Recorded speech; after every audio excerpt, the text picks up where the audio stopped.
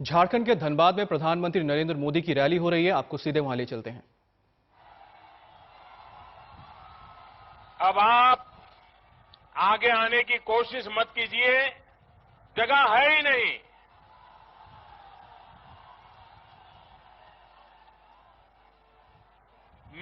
मेरी आपसे प्रार्थना है, देखिए इस तरफ सब लोग शांति से खड़े हैं, दूर है फिर भी खड़े हैं। इधर वाले आगे आने की कोशिश कर रहे हैं। मत कीजिए भैया, अब जगह ही नहीं है तो कहां आओगे आप।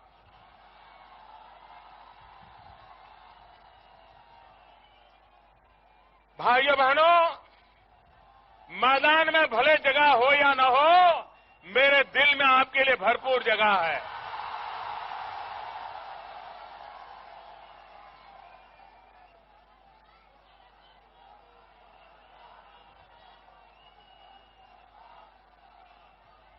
मुझे दूर दूर तक लोग ही लोग नजर आ रहे हैं। धनबाद में मैं पहले भी आया हूं, लेकिन ये नजारा पहली बार देख रहा हूं।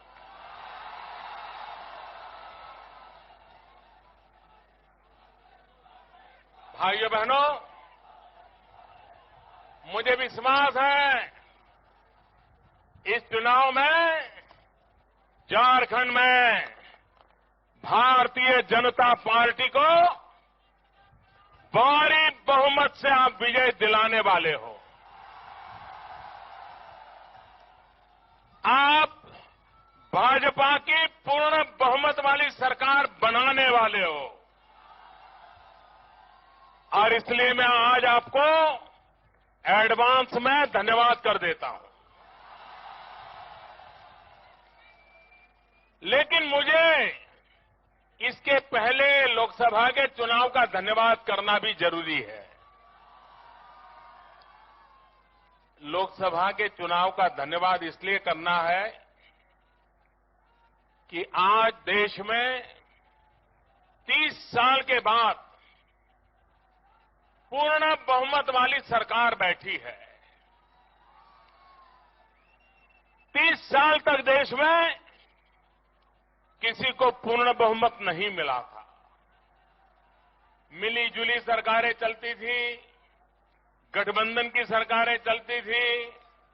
चुनाव आते आते जो सत्ता में है वो फिर आमने सामने हो जाते थे,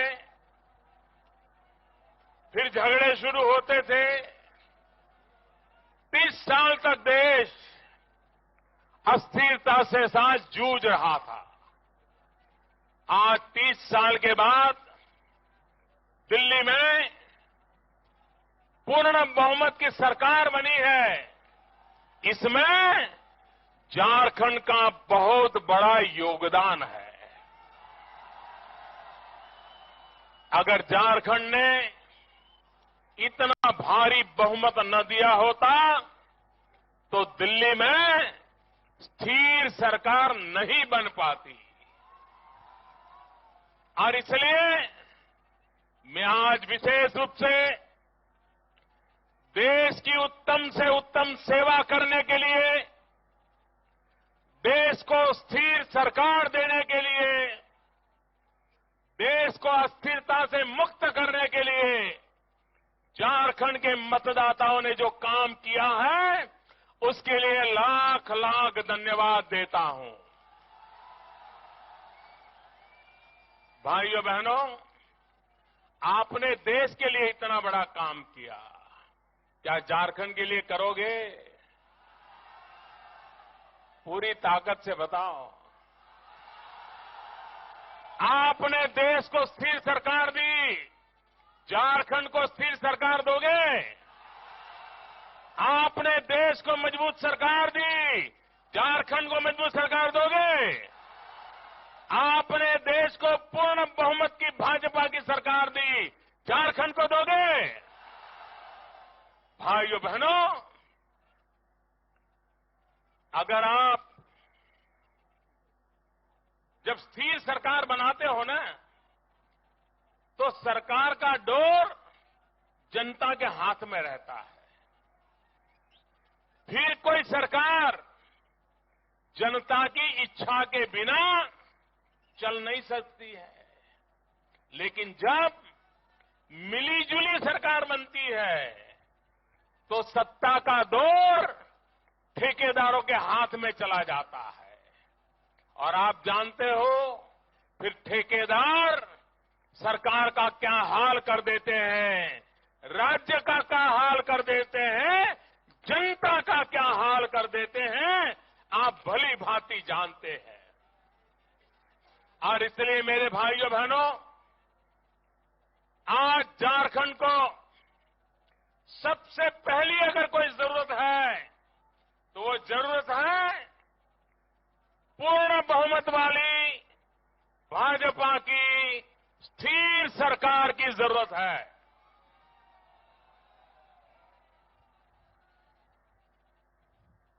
दूसरा काम है, झारखंड की उम्र क्या हो गई भाई? झारखंड की उम्र क्या हो गई? 14 साल हो गई ना। आपको मालूम है परिवार में बेटा या बेटी जब 14 साल के हो जाते हैं तो अचानक उनके कपड़े छोटे पड़ने लग जाते हैं,